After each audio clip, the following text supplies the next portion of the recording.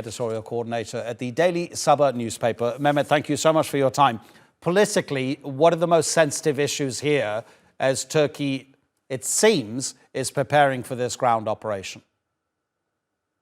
Well, of course, first of all, the position of the Russia, the forces that are backing Assad regime and the YPG on the one hand, and also on the other hand, the backers of the YPG alone in Syria. I'm talking about Russia and the United States, their positions, and because they are both have a man on the ground, so their positions are all important. How they will react to Turkey's ground operation. On the other hand, we also have the support of Syrian National Army, which is the Turkey-backed forces that are composed of Syrian forces on the ground, which will be on the front lines when Turkey launches this ground operation. So politically, these actors are important. On the ground, also the regions where Turkey will be conducting the operations are also strategically important. When we're talking about Tal-rifat and Manbij,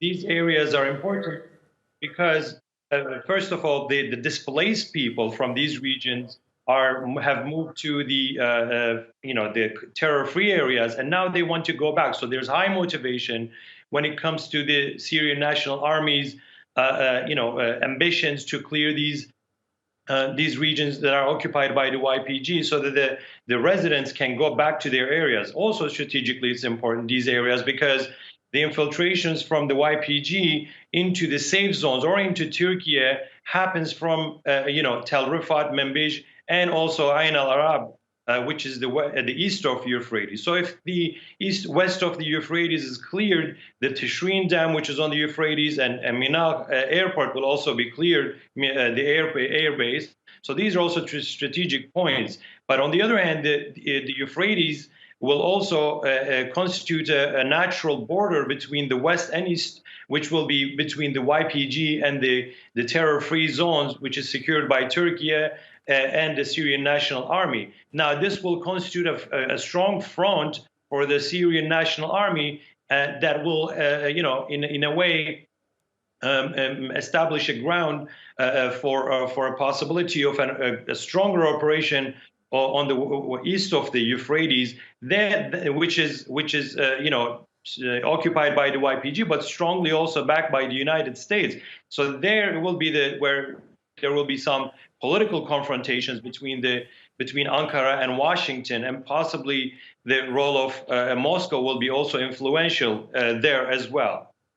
Mehmet, about 24 hours ago, within the past 24 hours, the Turkish President Recep Tayyip Erdogan has said that he can see the possibility of mending ties with the Syrian regime. That seems kind of surprising, considering that in terms of the regional actors who are either for or against Bashar al-Assad, you've got Russia and Iran on one side, you've got Turkey on the other side. Is that an indication that possibly President Erdogan might already be thinking, after all these years of war, we need to start moving towards some sort of solution to this that is not military? In the international relations, there is no permanent enmity or permanent friendship. This is something very trivial for those who follow, world politics and international relations.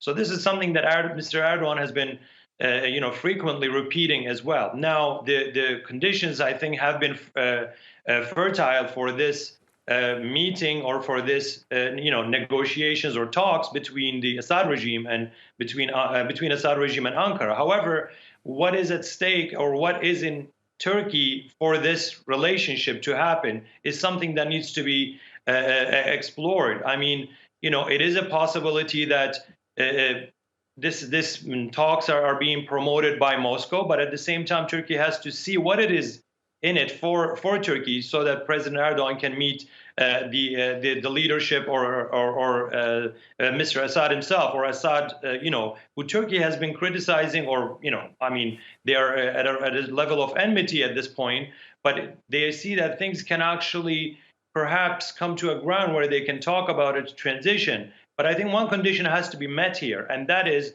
whether Assad will be okay for a presence of an entity within its border that poses a threat both to Syria's national Syria's territorial integrity and also Turkey's national security, Turkey's safety and sovereignty. So if this can be a starting point between Assad and Ankara, I think the other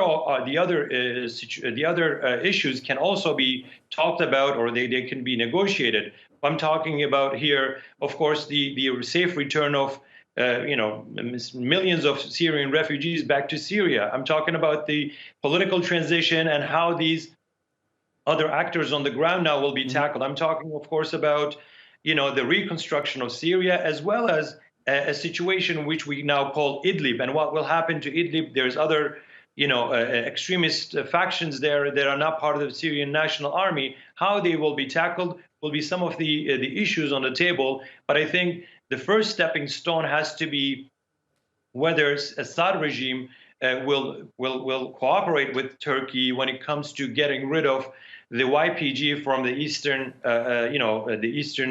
east part of northeastern Syria. So this is the biggest issue, I believe, where they can actually come to an agreement and find some sort of common ground to initialize these talks. Without this, I mean, what is it in Turkey for them to be meeting with the Assad regime?